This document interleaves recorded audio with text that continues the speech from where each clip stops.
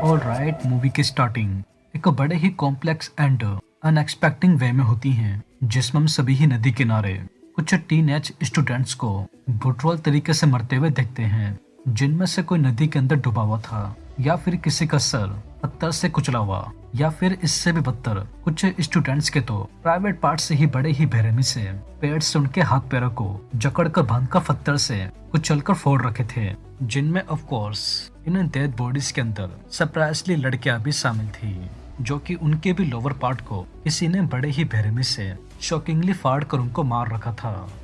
But however इसी ही बीच इस दिल दहला देने वाले सीन के दौरान हम सभी ही इन्हीं ही जंगलों की झाड़ियों के अंदर से एक स्कारलेट नाम की लड़की को घबराते हुए, बेसिकली बुरी तरीके से रोते हुए बाहर आता हुआ देखते हैं, जो कि वो जैसे तैसे सड़क पर जा रही कार से लिफ्ट लेकर इस सुनसान से दिखने वाले जगह से अपनी जान बचाकर चली जाती हैं।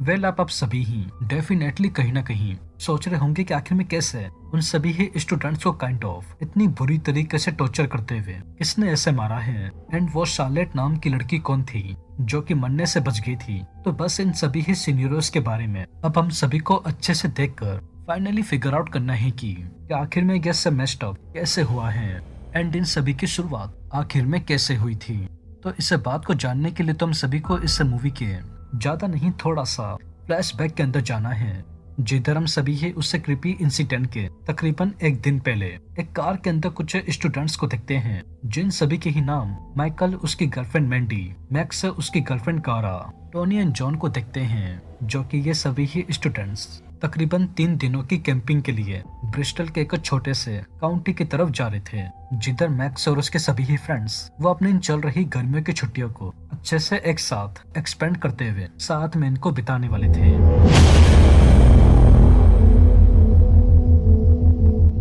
तो बस अब जहाँ पर इसे ही इंटेंशन के साथ माइकल के कार के ड्राइव करते करते मैक्स और उसके सभी ही दोस्त फाइनली कैंपिंग वाले स्पॉट पे आ जाते हैं, जो कि ये जगह एग्जैक्टली शॉकिंगली वही जगह होती हैं जिधर हम सभी ने ही मूवी की स्टार्टिंग में माइकल, मैक्स और बाकियों को बेरहमी से मरते हुए देखा था। तो एनीवेज समहाउ कारा, Michael, max, Tony and Michael के कार से निकलते ही वो सभी ही लोग जंगल की नदी के पास में ही अपने अपने कैंप से लगा लेते हैं। तो जहाँ पर कैंप्स को से लगाने के बाद टोनी वो खाना पकाने के लिए इसे ही जंगल के अंदर मैक्स के साथ नदी किनारे कुछ लकड़ियां ही लेने के लिए आया था। तो तभी ही उन दोनों को ठीक सामने बेसिकली रिवर के किनारे पे खड़ी हुई ऊपर से लेकर नीचे तक नेकेड एक लड़की देखने को मिलती है, जो कि वो और कोई नहीं बल्कि सरप्राइजली शार्लेट ही होती है, जिसको भी हम सभी ने मूवी की स्टार्टिंग में इसी ही जंगल में देखा था, जहाँ पर शार्लेट वो भी अपनी कैंपिंग के लिए कुछ दिनों के लिए अकेले इन्हीं ही जंगलों के अंदर आई थी। वो नॉर्मली रिवर के अंदर जाकर शॉकिंगली नेकेड होते हुए नदी के अंदर नहा रही थी, तो ठीक सामने ही झाड़ियों के अंदर खड़े हुए मैक्स एंड माइकल वो शार्लेट को इस तरीके से बिना कपड़ों के नहाते हुए थे। उन दोनों को ही अचानक से शार्लेट के साथ बहुत ही तेज की हुकअप करने की फीलिंग हो रही होती है, जो कि इसके लिए मैक्स एंड माइकल वो दोनों ही सरप्राइजली शार्लेट के साथ इंटीमेट के लिए कुछ भी कर सकते थे। आइए देखते हैं कैसे। तो बस इसी ही दिन रात को मैंडी, कारा, माइकल एंड जॉन के बॉनफायर के पास बैठने के बाद वो चारों ही अपने अपने कैंप के अंदर जाकर सोने के लिए चले जाते हैं। तो जिन्हें ऐसे जाता हुआ देख टोनी एंड मैक्स वो दोनों तुरंत ही उठकर एक बार फिर से उसे ही झाड़ियों की तरफ बने हुए रेलेवेंटली नदी वाले एरिया की तरफ आकर, जहाँ पर शार्लेट वो अपने कैंप के अंदर जैसा कि अभी हम सभी देख ही सकते हैं अंडरवेयर में सोने के लिए ही जा रही थी। तो इस चीज को देखते हुए टोनी वो दोनों इस बार अपनी फीलिंग्स पे बिल्कुल भी कंट्रोल न रखते हुए सीधा शार्लेट के कैंप के अंदर घुसकर शॉकिंगली बड़े ही अजीबो तरीके से मैक्स एंड टोनी वो दोनों ही जबरदस्ती शार्लेट के साथ बेरहमी से उसका रैप कर इंटीमेट होना शुरू हो जाते हैं। एंड इससे मेकआउट करने के बाद वो दोनों ही शार्लेट के कैंप से निकलकर अपने अपने केबिन्स में जाके सो जाते हैं, जहाँ पर कारा, मैंडी, माइकल एंड मैक्स को जॉन एंड टोनी के इस इंसिडेंट के बारे में बिल्कुल भी पता नहीं होता।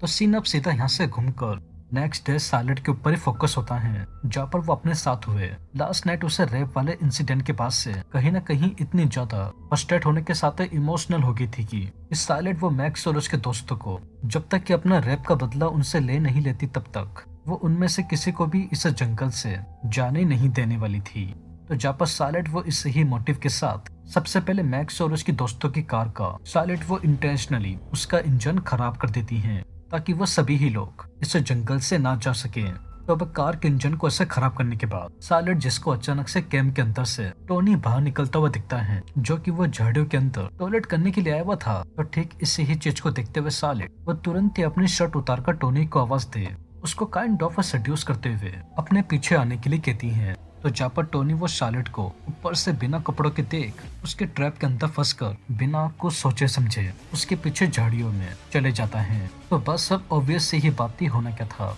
शार्लेट वो मौके पे ही टोनी को उसके सर पे एक बड़े से पत्थर से मार बेहोश कर टोनी के हाथ पैरों को पेड़ों से बांधते हुए हॉस्टेज बना देती हैं। तो जहाँ पर टोनी को ऐसे हॉस्टेज बनाने के बाद शार्लेट वो एक बड़े से लकड़ी के फट्टे की मदद से सबसे पहले टोनी के दोनों पैरों को बेरहमी से मार दोनों ही पैरों की हड्डियों को फाड़कर अंदर से निकाल देती हैं एंड साथ के साथ उसके लोअर पार्ट को भी फट्टे से मारकर एक ही झटके में ब्रुटल तरीके से फोड़ देती हैं। तो जिसके चलते टोनी की इस एक्सट्रीम लेवल के दर्द को ना सहन करने के चलते एट द मोमेंट ही मौतें हो जाती हैं।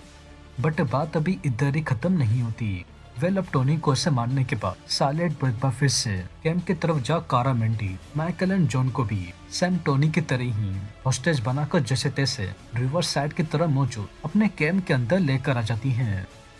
तो बस अब फाइनली इस मूवी के एंडिंग में शार्लेट वो कारा एंड मेंडी को जिनका इसके रैप के इंसिडेंट से कोई लेना देना ही नहीं था, फिर भी शार्लेट वो इस बात की परवाह न करते हुए अपने हाथों में एक टूटी हुई कांच की बोतल लेकर हॉस्टेज बने हुए मेंडी एंड कारा के नीचे से खींच के कपड़े उतार कर उससे टूटी हुई कांच की बोतल को शॉकिंगली उन दोनों के ही लोअर पार्ट के अंदर घुसाते हुए बेरे में से उनकी एसएस को फाड़ कर जान से ही मार डालती है एंड साथ के साथ उनकी दोनों आंखों को भी टूटी हुई कांच की बोतल से कहीं न कहीं चिढ़ते हुए फोड़कर फाड़ देती हैं। तो हाउएवर मेंडी एंड कारा के इतनी बुरी तरीके से मरती ही शार्लेट वापस सीधे माइकल एंड मैक्स के पास जा उन दोनों के भी नीचे से कपड़े उतारते हुए रेलेवेंटली नंगा कर उन दोनों के भी लोअर पार्ट को सेम जॉन के तरह ही बुरी तरीके से फट्टे से फोड़ते हुए काइंड ऑफ टॉर्चर कर पास ही में ही पड़े हुए एक बड़े से पत्थर को लेकर उन दोनों के सर को उस पत्थर से एकदम से फेंक कर पिचका कर जान से ही मार डालती है।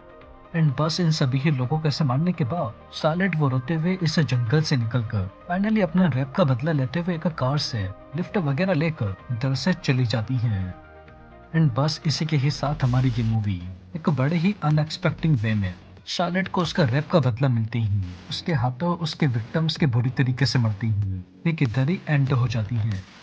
तो दोस्तों यही थी रोमानिया मूवी की एक्सप्लेनेशन एंड आई होप आप सभी को ये वीडियो जरूर पसंद आई होगी। और अगर वीडियो पसंद आई हो तो चैनल को सब्सक्राइब किए बिना और वीडियो को लाइक किए बिना बिल्कुल भी मत जाइएगा, क्योंकि मैं अपने आने वाले वीडियो में ऐसे ही और मूवीज की एक्सप्लेनेशन लेकर आता रहूंगा। तो तब तक के लिए take care and peace out.